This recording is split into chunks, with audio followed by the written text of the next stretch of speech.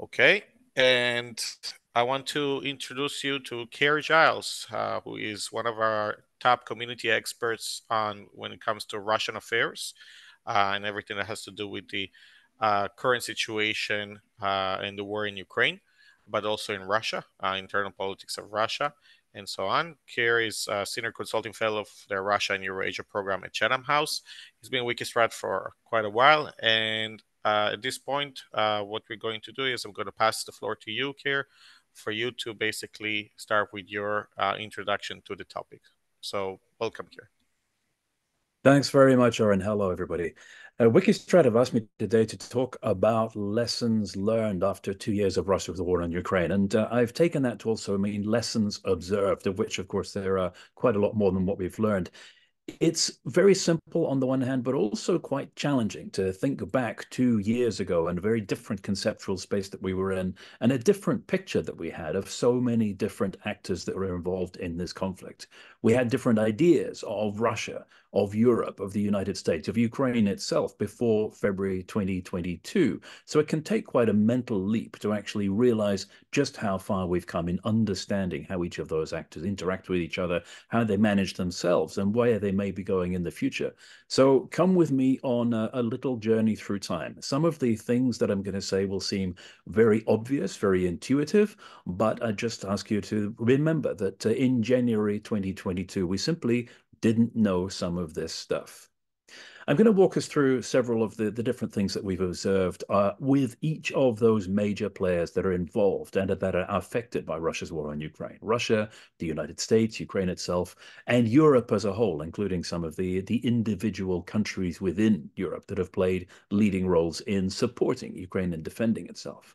First of all, and first and most obviously, Russia. What is it that we, in the Russia watching community, were generally convinced of beforehand and has turned out not to be true? Well, fancy that Russia is not, in fact, invincible. Russia is not an all-powerful force with a military that cannot be withstood. So those analysts within the community that were advocating surrender for Ukraine, and by extension, surrender for anybody else that might be threatened by Russia in the future, have, as a rule, amended their recommendations with observation of how the Russian military has performed under practical, real-life operational circumstances, especially when there is determined resistance against it. Now, it should be pointed out that's not everybody. Not everybody has amended their views. There are those who still cling to this idea that Russia should not be opposed or resisted, but they do so for ideological reasons rather than an actual fact-based assessment of Russia's real military potential. On the other side, Russia's fragility was overstated as well. Russia is not as delicate as some people would like to think and has not collapsed quite as rapidly as some people were predicting under the strain of the war. Now, those of us who've been in the business for a while, of course, will be very used to predictions of Russian imminent collapse. This didn't start with February 2022. In fact, even under the strain of the previous armament program that Russia was undertaking since 2009 onwards, and the effort that this put on the Russian economy, some people were thinking this alone would be too much for the Russian political system to stand, and there would be political change as a result. That continues to not happen despite those confident predictions. And Russia is showing itself to be a resilient state which can draw on its own reserves in order to continue in a fight which many Western liberal democracies would already have been deterred by and would have considered that was actually unaffordable. But one of the reasons, of course, it is affordable for Russia is that we have also learned that sanctions are only as good as their enforcement. And Russia can continue to build its economy and build its fighting force on the back of income flows which ought to have been interdicted if the sanctions that were imposed by most countries in the Western community had in fact been enforced as they were originally intended.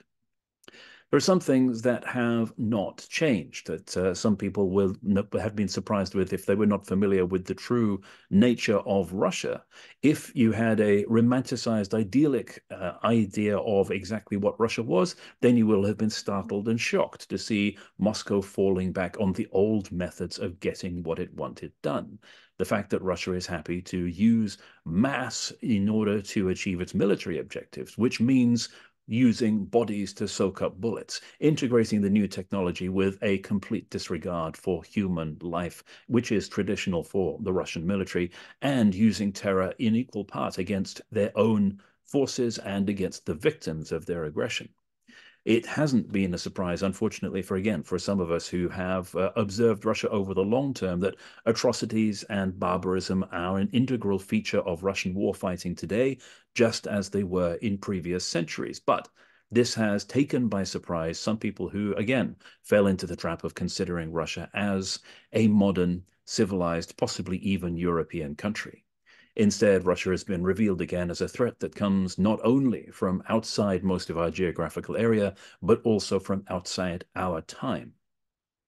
And in fact, Russia is accelerating backwards. Those differences in terms of which century we're occupying are actually becoming more and more stark and obvious as Russia continues back on this trend towards the worst periods of its history of repression at home and aggression abroad. This was a process that we observed starting to pick up, not just from the beginning of President Putin's rule in the year 2000, but also particularly when Russia went through this strategic change of gear in September or thereabouts of 2021, when the rulers in the Kremlin decided that the time had come to push for what Russia wanted and abandon any pretense at any kind of constructive relationship with the outside world.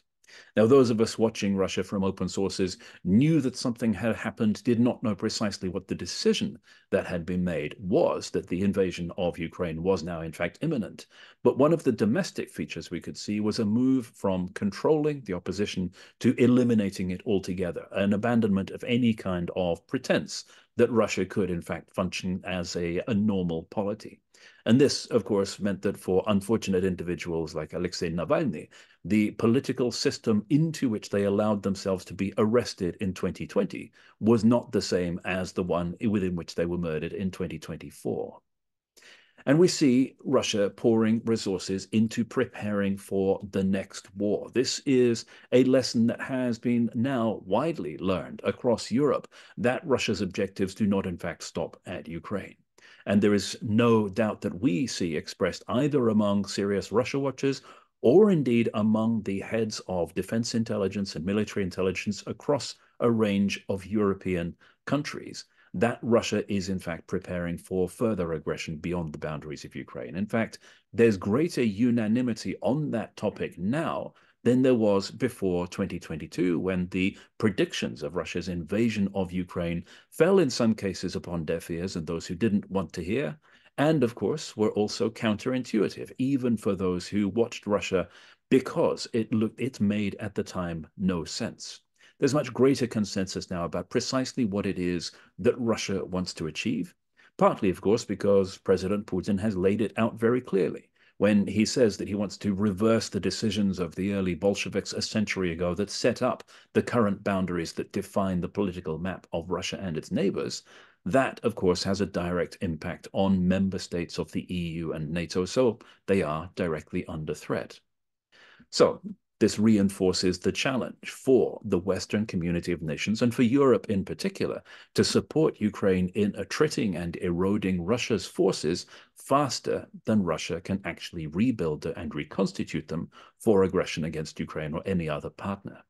That is what is pushing further down the track the decision point that comes next, when Russia may feel that it is ready for its next act of aggression. And in doing so, it buys time for those countries that have been reluctant to face the threat and the challenge up until now. In Ukraine itself, of course, there was surprise at the resilience that Russia showed, particularly surprise among people who had not been watching Ukraine. The predictions of a very swift Russian victory in February 2022 came primarily from those who hadn't paid any attention to Ukraine at all since 2014, because those that did doubted that the invasion would take place, not because they doubted the nature of Russia, but because it was obvious that this was going to be a disaster. They felt that Russia would be walking into a quagmire, and they assumed that Russia could see this too. What you couldn't see, looking in from open sources, was the extent to which Russia had bought into its own mythology, not only about Ukraine, but about its own capabilities. And what has Ukraine shown to the world? That the objects of Russian aggression can resist and can fight back if they are supported. They do not have to be a passive victim of the blows that Russia lands because the defender also has agency and initiative. And Ukraine has been carrying out strategic successes, including strikes on Russian infrastructure at an operational level, but also clearing the Black Sea from the Russian naval blockade, which is an undoubted strategic enabler for Ukraine to continue to function as a state. At sea, in the air, in the economy, in information space within Russia, and in pinpoint strikes against those facilities which are enabling Russia to continue the war, Ukraine has shown that it is possible to strike back against Russia without the world ending, which is the fear of those advocates of timidity who say that Russia will inevitably escalate and that escalation is synonymous with use of nuclear weapons. That, of course, was temporarily one of the biggest strategic successes for Russia, constraining the responses to its aggression on the basis of the long-term, the decade-long program of instilling nuclear intimidation in target audiences across the West. The credibility of those nuclear threats has slipped in many Western European capitals, not least, though, of course, those that are closest to Russia and know Russia best, and so were disinclined to fall for the bluff and the bluster, as opposed to the actual Russian intent, which was very different. However, that success persists because in some of the capitals that matter most, like, for example, Washington and Berlin, there is still this credibility to Russian nuclear intimidation. And what has Russia shown about the United States? What lesson do we observe there? That US behavior can be deterred and can be shaped. The massive amount of aid that has gone to Ukraine from the United States has come with caveats and with one foot on the brake. And, of course, with an extreme reluctance to deliver to Ukraine anything that will cause serious offense to Russia. Do we know why this is? Well, lots of explanations have been put forward. A lot of them center around this fear of escalation, the fear that Russia will retaliate in some form that might eventually lead to nuclear weapons. That's not a universal view among those US defense experts that we talk to, but the brakes on aid seem primarily to be coming from the Biden White House and then percolating down through the system in order to put these constraints not only on what is delivered, but actually what Ukraine can do with them. Of course, that is entirely belied by what Ukraine has been doing with its own capabilities, undermining this idea that you cannot actually strike into Russia without there being a catastrophic consequences. But in that respect, what else do we see what else have we learned about the United States in particular?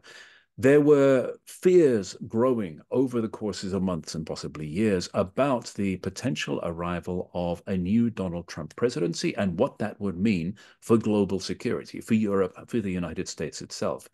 In some respects, that D-Day that everybody has been anticipating is already here, because there is little difference between an administration in the United States that refuses to flow aid to Ukraine and one that is prevented from doing so or cannot do so, not only through its own reticence in some specific features of that aid, but also because it's held politically hostage by the political nervous breakdowns that are happening in its own capital.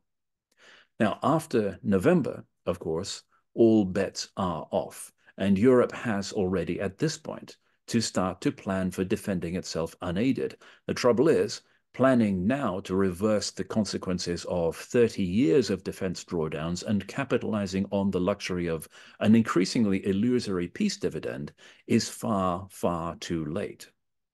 Even so, we do see that some countries have not yet gripped and recognized the challenge. The frontline states, with their warnings about Russia, have been fully vindicated, and they are doing their best within the limits of their own economies to prepare themselves for defense, as well as shipping whole categories of military capability to Ukraine, because that is where it is best employed at the moment.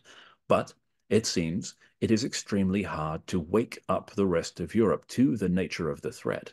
This belated recognition of the problem is stated at some levels of political leadership within various European countries, but actually connecting that to the drive shaft of driving policy and investing in defense and urgently reconstituting Europe's own defenses seems still not to be happening.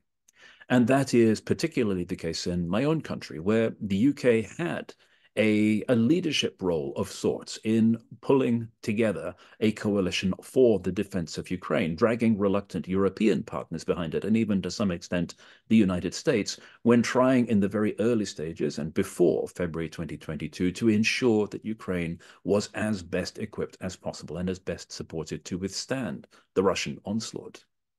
But the moral capital that the UK accumulated in doing so, and in continuing to shame and to goad other coalition partners into providing the capabilities to Ukraine that they were so reluctant to do ever since, cruise missiles, main battle tanks, air defense missiles, etc., is now eroding fast. And whatever leadership role the UK had is fading because of its demonstrated unwillingness to follow its own advice.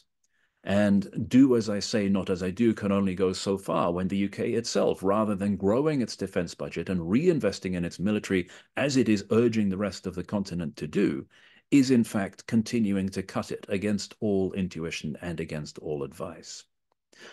So, where do we look to for the future leadership of the defense of Europe and by extension of the West? If the United States writes itself out of the picture, if Western Europe is unwilling to step up, if these promises that we hear from President Macron turn out to be the more political grandstanding and are not followed through, where exactly is going to be the center of gravity of the defense of the continent? I suggest it is time to look eastward to those frontline states that recognize the gravity of the challenge and are actually doing something about it. Countries like Poland, which have massively increased their own investment because the real and present threat means that the cost of not doing so will vastly outweigh the investment in defense. So that's where I see the top level lessons that we've learned in each of those different categories from the last 2 years. There's a great deal more that we could discuss. There are many, many threads there that we could pull at. I know Oren has some questions that he's lined up that he wants to look at in more detail, and I'm looking forward to the discussion. Fantastic. Thank you so much, Keir. And I will start with the first question, which is, what can we learn in terms of the leadership in Russia?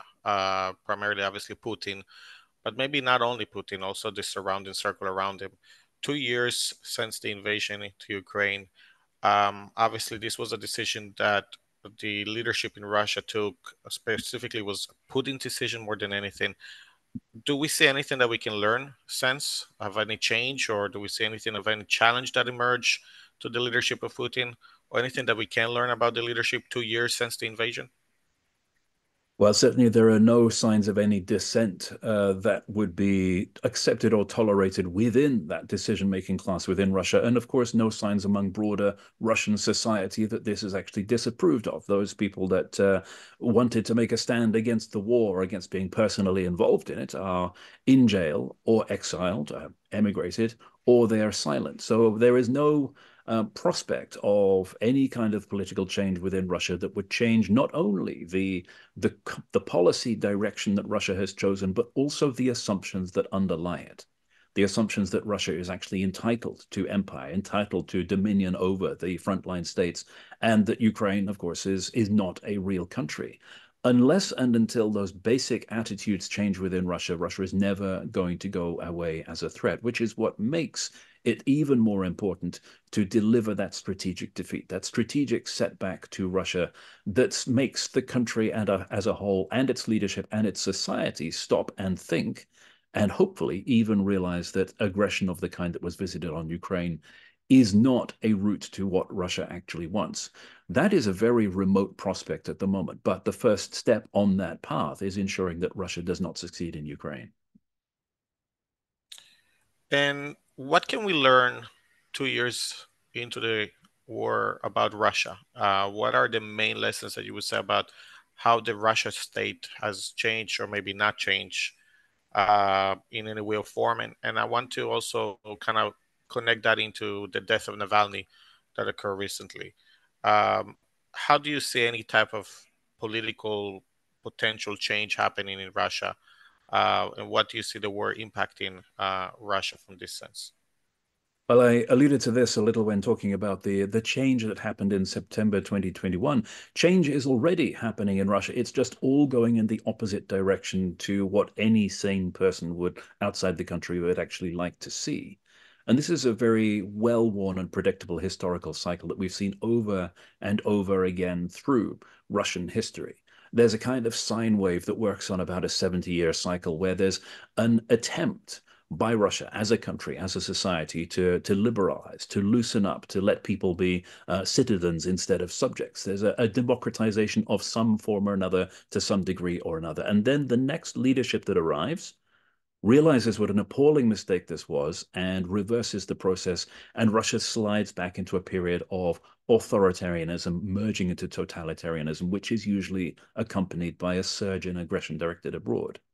Now, we've been on that downward trajectory for 20 years. And for much of that time, I would upset my optimistic colleagues by suggesting that things were going to get very much worse before they got better. And as I see it, that trend is actually accelerating. Russia is starting to hurtle backwards into the past, into its own history, into its own historical comfort zone, which is a deeply unpleasant place for its own inhabitants and also for its neighbors around the country. So I fear still it is going to get worse before it gets better.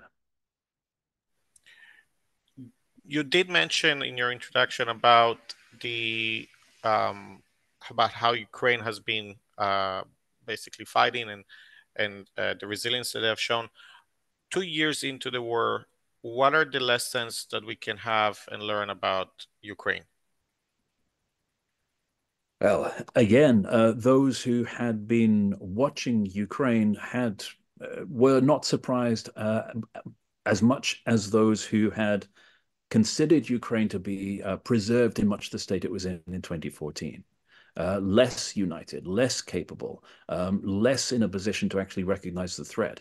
The stirrings of a civil movement after the Euromaidan in 2013, but still not a resilient, unified state that we see today. And of course, we have primarily Russia to thank to that because Ukraine has evolved into the situation it is now as a result directly of Russia trying to change it into something else, namely a province of Russia itself. So that formation of a unified outlook within Ukraine to what needs to be done has been solidified even further since the invasion by the recognition of what happens if you are under that savage and brutal Russian military occupation, whether it's temporarily in parts of the country that have already been liberated or over the long term in, for example, Crimea and the eastern regions.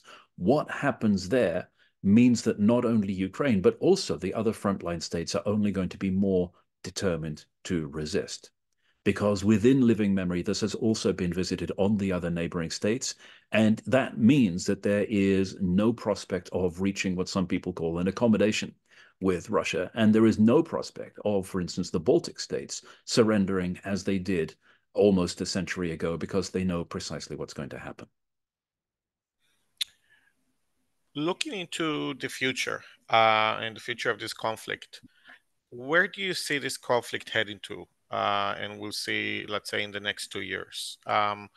Is there any chance of a victory of any one of the sides, or are we still going to be looking into a bloody stalemate like the one we have currently going on? Well, 2 years is probably by now a relatively short time to be thinking about this because the what happens on the battlefield is generally determined by the decisions that have been made, not so much by Ukraine, but by its coalition of backers a year or 2 years beforehand. The situation we have now is a result of decisions that were taken about how and with what to support Ukraine back at the end of 2022, beginning of 2023. There's a long lead time between decisions that are taken and the actual practical effect on the battlefield, which is why stepping on the hose of aid and assistance from the United States in particular is so damaging. Even if it were to restart immediately, you've still got that lag time. You've got that time that Ukraine needs to make up and to actually cater for itself and defend itself with a great deal less assistance than it would otherwise have had to do.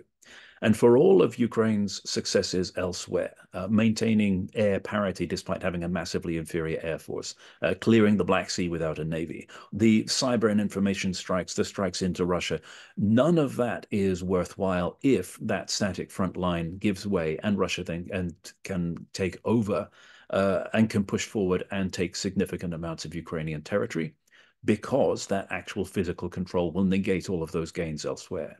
So, where will it go? And should we be ready for surprises? Absolutely, because if there's one feature of the progress of this war in all of its different phases, it has been surprises, primarily delivered by the Ukrainian side. So let's not rule anything out, even though the direction of travel of the priorities that both sides are actually setting at the moment should be fairly clear. Black swans are always possible.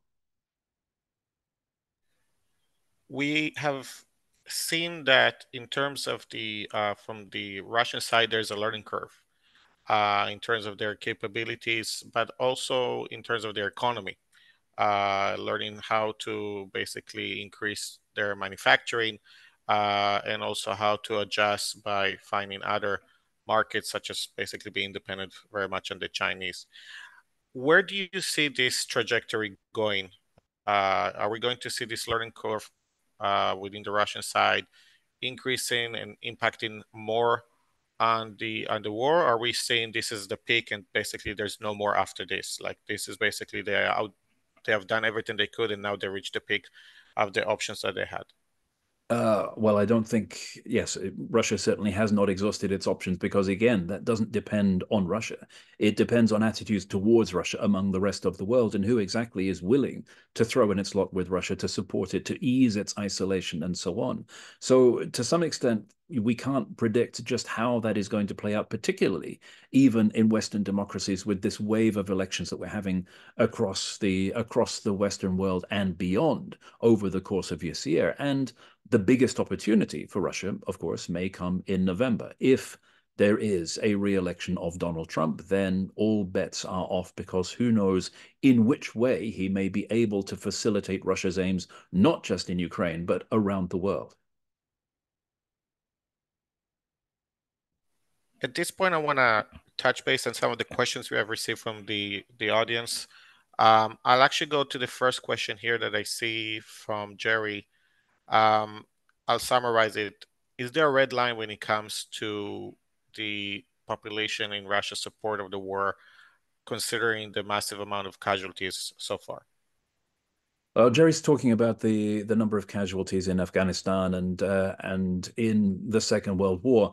Uh, I don't see from the outside very much impact on Russian society as a whole from the number of casualties. And of course, in part, that's because Russia recognized this very early on as a vulnerability. It was back in 2014 when body bags started to come back from Ukraine that Russia eliminated all of the networks for sharing information about how many casualties there had been and suppressed reporting of it because of precisely that reason, because the Russian leadership recognized this as a vulnerability, recognize this as a weakness in terms of prosecuting the war further. Because anybody that's old enough to remember those pathetic scenes within Russia of people waiting at barracks gates during the conflicts in Afghanistan and later in Chechnya, trying to find out what had happened to their children, where they were, whether they were alive or dead. That's something which Russia knew would be a significant drain on its capability to actually mobilize society to continue the war. So it was blocked and it was banned and it was prevented. The Soldiers' Mothers Committee and all of the various related organizations were neutralized very early on. What that means is the impact still hasn't yet made itself felt in terms of who Russia is managing to bring into the war and who is actually supporting it. Plus, of course, as I mentioned earlier, the emigration of those who oppose it or their silencing, plus the vast amounts of money that Russia is still throwing into successfully recruiting people to fight in the war. All of those together mean that we are probably not yet close to the point at which the sheer numbers of dead and maimed are going to make that difference. And of course, when there is a difference that's made to Russian society, who knows where it's actually going to come from? We're also a long way off from the kind of economic impact that has previously brought about political change when Russia has spent itself into state collapse trying to pursue an unwinnable war, which, let's not forget, was 3 times during the 20th century. Now, Russia is trying very hard to avoid that at the moment and so far succeeding thanks to the energy revenues that continue to pour in.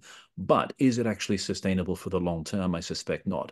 As so often, there will come a tipping point, there will come a breaking point for Russia. But when exactly that is going to be very hard for us from the outside to determine, just as it's going to be very hard for Russia's own leadership to tell. One of the questions we received before this webinar was, do you foresee any scenario in which Ukraine is joining NATO after this war? After the war covers an awful lot of time. After the war, into the indefinite future, yes, I can well understand that Ukraine might well be joining NATO. For the time being, I think it's a very unrealistic prospect because of the nature of NATO and the number of different nations of widely varying views that would need to be on board for this to actually happen. I think it's not. It has been proposed as one of the means by which Ukraine could be made more secure, but usually those proposals come at the cost of giving Russia what it wants, which primarily consists of territorial control over part of the country and possibly accompanied by the neutralization of what's left. So it's not a prospect to consider in the short term, but in the long term, I would be quite confident that that Ukraine would eventually become a member of NATO. A question we received both from Chris, but also before the webinar, was about the use of nuclear weapons by Russia. What do you think about that? Is that anything that is possible? I mean, we've been hearing that, I think, in the last 2 years, quite a lot coming up, noises about that from Putin, different statements. But do you think that the chances or the risk of such scenario happening has increased? No, it hasn't. It has remained static. And some people are surprised when we say this. This is something into which we have, as you can imagine, put a great deal of time and effort and research looking not only at Russia's current nuclear posture, its declared nuclear posture, and also what it's actually really doing with its nuclear weapons, which are two very different things, but also tracking it back over time and looking at the way Russia has used nuclear weapons, not by firing them, but actually using them as a weapon of information and influence in order to shape Western behavior. And to to read the findings of that and that historical research and where we compare what Russia says with what Russia might actually be willing to do, I'd refer you back to a report that's available on the Chatham House website that is simply called Russian Nuclear Intimidation, subtitle something along the lines of How Russia Successfully Shapes Western Behavior, which is a reasonably long report in which we look into all of those questions and come to the conclusion that the risk of nuclear use by Russia is exceptionally small and is completely unrelated to how much of a risk Russia has been pretending there is over the last decade. Another question we received over here is about, do you see the ideological component as a main factor that is guiding Putin, or is it more guiding Putin is guided by his own instinct and self-interest in this regard? I'm not sure it's an either-or question. I think Putin's instincts are entirely in tune with the kind of ideology that's been described in the by the people you're referring there to, Chris, Alexander Dugin, Lev Kimilov, Ilhan Ilyin, etc. Putin, when he reads this stuff, will think, yes, this strikes a chord with me, and this expresses the aspirations that I have as a person and for my country. And of course, it's not just Putin. Let's not forget, this is something that strikes a chord across that broad mass of Russian society that agrees with this idea of Russia as a great power, as an empire, in a very 1914 way. And so what it means is that, again, if there is change in terms of political leadership in Russia, if there is a change of owner in the Kremlin, that should not be confused at any stage with a change in viewpoint of how Russia plans to interact with the countries around its periphery and with its adversaries further afield. One of the questions we received before the webinar was about Russia's possibility of attacking a NATO ally member state as part of an escalation of the conflict. Um, Without going into what type of attack is that? Meaning, is it like a limited attack or a full Helen scale invasion like they did in Ukraine? Is that something that you see that the chances of that has increased? And do you think that is as a plausible risk? Yes, the chances of that have increased immensely, and it is a far, far more plausible risk. And the type of attack is, of course, really quite important because a full-fledged invasion of a NATO country, which would unambiguously bring a unified NATO response, is not what Russia is ever going to plan to do, because whatever attack on NATO and for whatever purpose has to be something which will divide NATO rather than unite it. The problem is, and the reason why this is now once again such a more plausible scenario, is because of political processes in the United States, and in particular the casting of doubt onto NATO deterrence that we've seen just over the last 2 years as a result of Ukraine and as a result of processes elsewhere.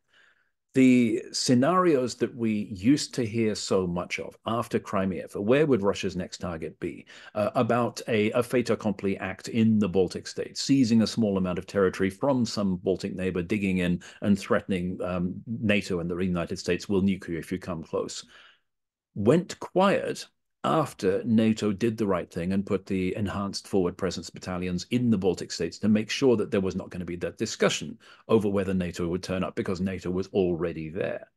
Suddenly, now we see this resurgence in all of these scenarios and all of the playing out the ways in which Russia could exploit the current situation by mounting some kind of attack, incursion, assault, possibly something which some people like to call hybrid, gray zone, whatever, against a Baltic state in order not to confront NATO, but to actually render NATO powerless by exploiting its disunity. Dependent on how the United States changes its own policy now, that risk is either going to recede or it's going to become very much greater next year. One topic that have surfaced through this discussion several times is the importance of the upcoming U.S. elections and their basically impact on the current conflict in Ukraine. Can you elaborate a little bit more about why are they so important and how do you see they are being perceived by both sides? Maybe we'll start obviously with the Russian leadership in terms of having an impact on their decisions. Well, that of course all depends on how you assess Donald Trump's priorities and where you see them stemming from in terms not only of his domestic political instincts, but how he operates internationally. And it is among long-term Russia watchers not a controversial topic. There isn't a great deal of doubt because if you consider what Russia has wanted the United States to do, or where Russia has wanted the United States to be, not just in the post-Cold War period, but actually going back over the last 50 years plus, and then you use that framework as the context for assessing Donald Trump's attempts at policy and his declaratory policy and what he tried to push through during his previous term, you'll see that they map perfectly when you're considering his international political initiatives. And of course, in some cases, that was a direct and transactional assistance to Russia, like, for example, what happened in northeast Syria. In other cases, it's more subtle, like trying to bring about the kind of changes within the US political system that Russia would like to see, including the neutralization of intelligence, counterintelligence, etc., erosion of the United States' standing worldwide, and so on.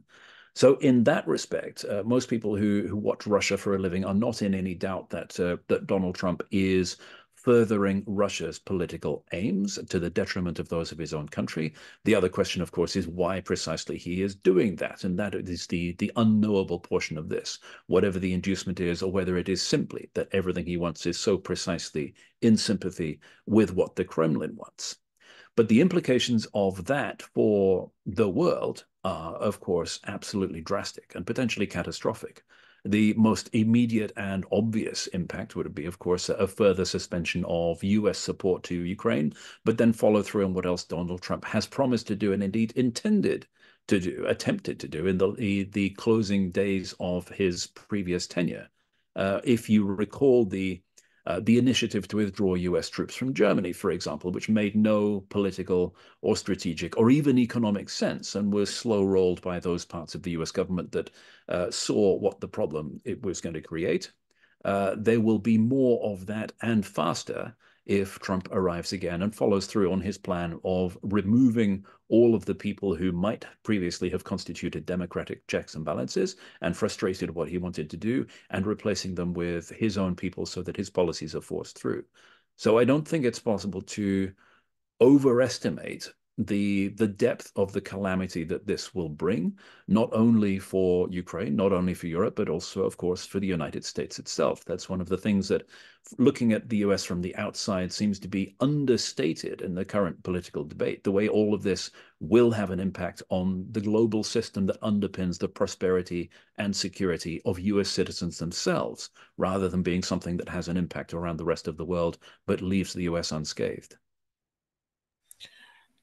Regarding the US election, do you think that Putin is holding up or is waiting to see how will be the outcome in order to initiate a few other plans that he might have up his sleeve? For example, a counteroffensive or attacking a NATO ally or something like that?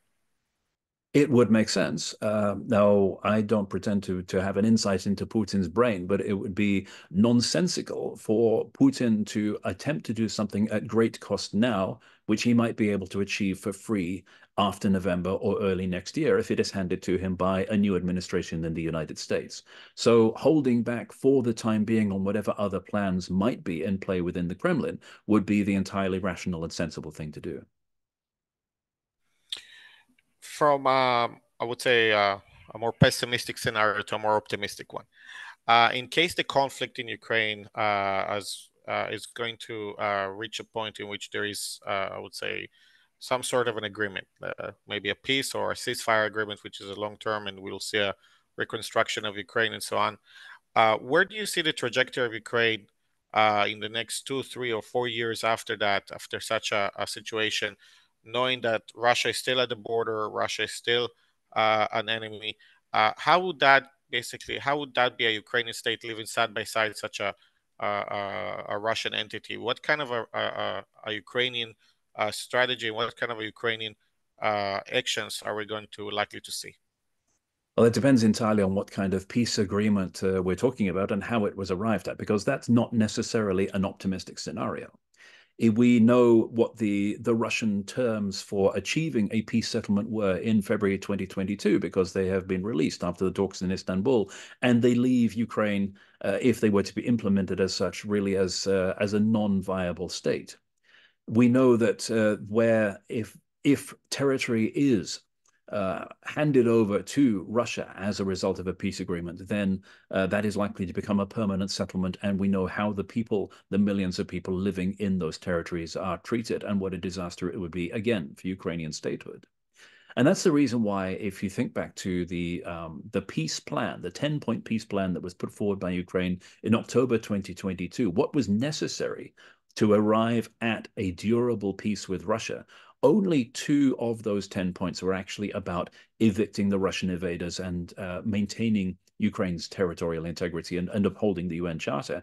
Everything else was about the root of your question. It was about the long-term security. It was how to make sure that this didn't happen again, and therefore Ukraine could continue to function as a viable state without being invaded.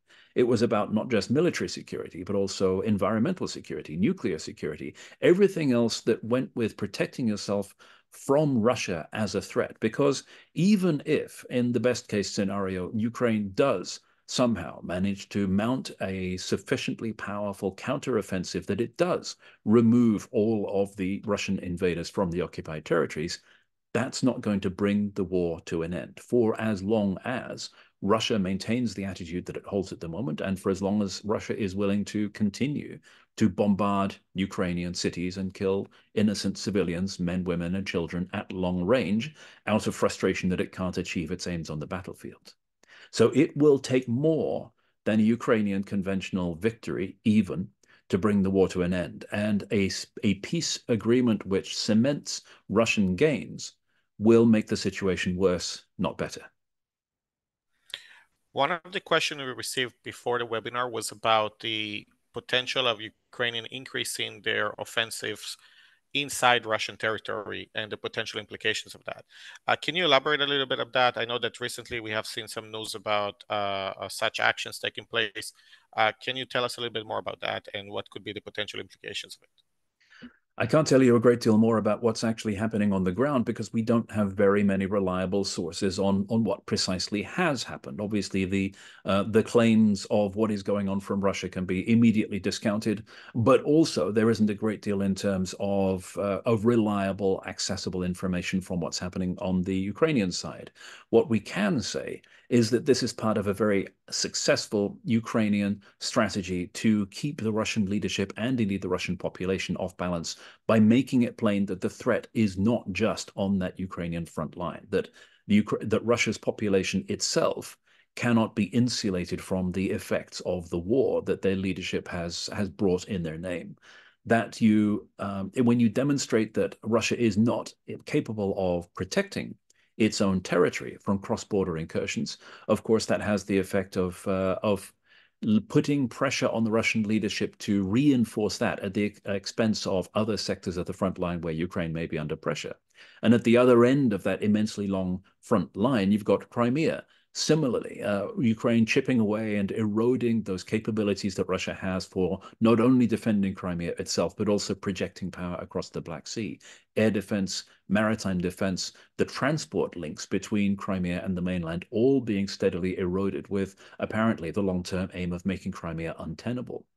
Both of these put strategic choices in front of the Russian leadership and complicate Russia's decision-making calculus, as well as eroding Russian popular support slowly, of course, because these are only tiny, tiny areas of Russia affecting only a tiny fraction of the population, but still making it impossible for those people in those regions to pretend that the special military operation is A, successful, and B, happening a long way away and not affecting them. I want to connect 2 points that you have started to discuss about in today's webinar. And one of them was about the Western support to Ukraine and how different political actions are holding it back, and the second about the stalemate in the front line. And I want to touch that with the previous chief of staff of Ukraine statements that he made that the only way to kind of break the stalemate that we see is through having some sort of break-even weapon or technology or some sort of potential upgrade to capabilities. Where do you see that happening? Some people back then were talking about F-16s. Some were talking about the possibility of providing the Ukrainians with artillery. We recently saw also leakages coming from Russia about what's going on with the German staff and military staff and so on. Is there such really kind of like magic weapon or magic capability that can really break the stalemate that we see? And if so, what it is and who is denying that from the Ukrainians and why? Yes, throughout every single phase of this conflict, we've seen the focus from Ukraine and therefore from on Ukraine's backers on a single wonder weapon that will change the course of the conflict, whether it's HIMARS, ATACMS, whether it's F-16s, main battle tanks, etc., etc. We've seen one after the other. But of course, that has obscured two things. First of all, it has overshadowed the massive quantities of aid that have been provided by Western partners, primarily the United States, with less glamorous, less dramatic capabilities, but still the ones that were absolutely essential to Ukraine for continuing the fight, such as, for example, things as prosaic as 155mm artillery shells, the current famine that is constraining Ukrainian operations. It's also obscured to some extent the rapid pace of technological development that has actually taken place in the capabilities that are homegrown rather than those that are provided from overseas. And this comes to the root of your question, and also Tim Foxley, who says here in the chat, where are the tech or tactical developments that might free up the battlefield as the tanks and air support did in the First World War? That is exactly what General Zaluzhny was asking for in order to break the positional warfare that we were referring to break the thing that most people outside the country referred to as a stalemate, looking for that technological innovation. The good news is, of course, that we see so many examples of where Ukraine has actually been able to do this.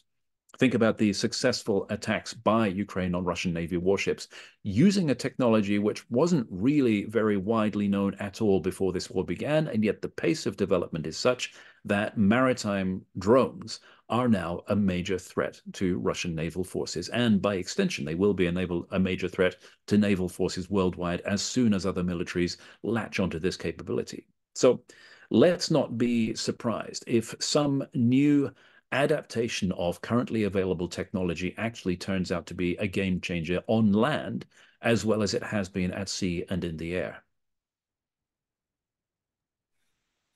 Very interesting. And from the perspective of Ukraine's economy, I think this is one of the things that we see a lot of talk about how much it's important not just to support Ukraine's militarily, but also the Ukrainian economy and helping it with the current situation. Where do you see that going in the upcoming future, in the near future? Yes, of course, it's an absolute it's a point of vulnerability which is just as strong as the military aid, and it's one that again gets a great deal less attention. But of course, if just as if Ukraine can't defend itself on land, all of its strategic successes elsewhere are worthless. If Ukraine can't continue to function as a state because its economy has been successfully destroyed by Russia, then too the war is lost, regardless of what success there might be in military terms. And this is something that can only be judged by Ukraine itself. We've got plenty of examples through history where countries have been waging wars of national survival where they appeared to be prevailing militarily, but actually it was other considerations that made them sue for peace. That's what happened to Finland twice during the Second World War. That was what happened to Rhodesia, for example. The circumstances were not determined by success or failure on the battlefield. So it is vital to continue that support to Ukraine's economy. Loan servicing, direct economic aid, humanitarian assistance, which has to continue. The positive point, of course, is that that is sufficiently uncontroversial and inoffensive that even very reluctant coalition partners like Germany can lend their weight to the kind of support that is essential to keep Ukraine functioning and keep it in the fight. The only question is, of course, how long that can continue when countries are also faced with the necessity to spend on their own defense in order not to become the next target. But it's a question of recognizing the vital and urgent nature of making that investment as opposed to the costs of not making it, which would be catastrophic. You touched the point of the European support of Ukraine, specifically here, the economic one. How much does the European support of Ukraine or how much of that strategy of supporting Ukraine's change because of their lack of any more dependency or less dependency on Russian gas and energy? How much do you see that impacting European decision making since they have reduced their dependency on Russian gas and energy? Well, obviously, it is all interdependent in so many different ways. All of these things affect each other. The weaning yourself off Russian gas comes at a cost, and that cost has to be made up from somewhere. And of course, that comes at the same time as the additional cost of trying to keep Ukraine afloat. But overall, it is both a question of perspective in terms of, as I said, measuring the cost of not doing this and how disastrous that would be, not just for Ukraine, but for European security overall.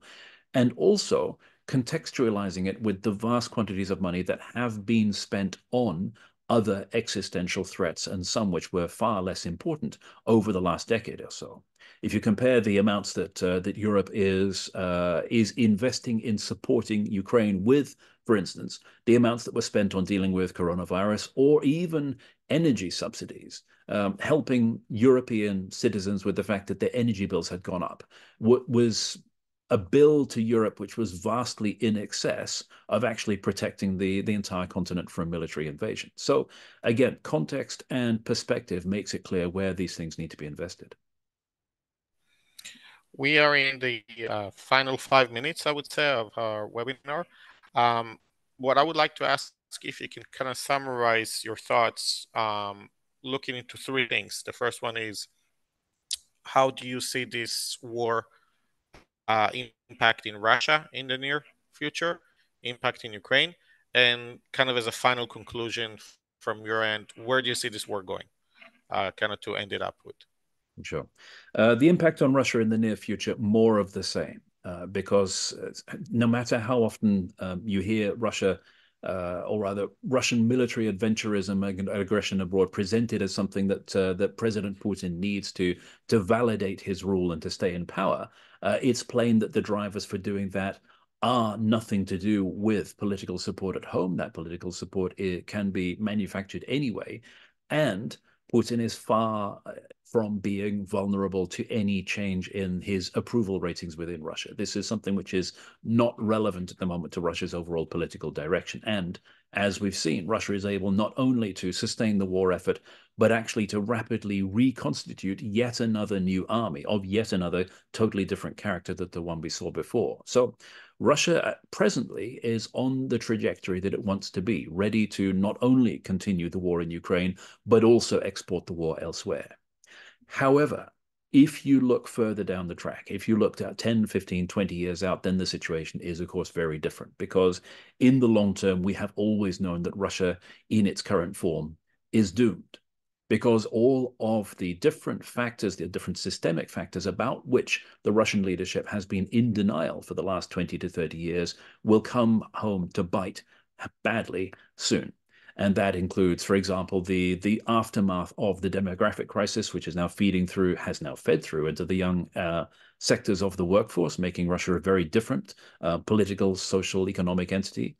There is the economic failure to overhaul the Russian economy when there was the opportunity to do so, to make it competitive in the 21st century, so that it is still essentially based on the same raw materials that it was at the end of the 20th century. And finally, of course, there's China and the relative trajectories of power of these two different countries with the way in which dependence on Chinese approval and to some extent the Chinese economy is going to be growing further and further. There will eventually come a point where China will present Russia with a demand that it is not in a position to refuse. And then again, Russia will be a very, very different country from the one we know today. So in the short term, expect this to continue. In the long term, all bets are off.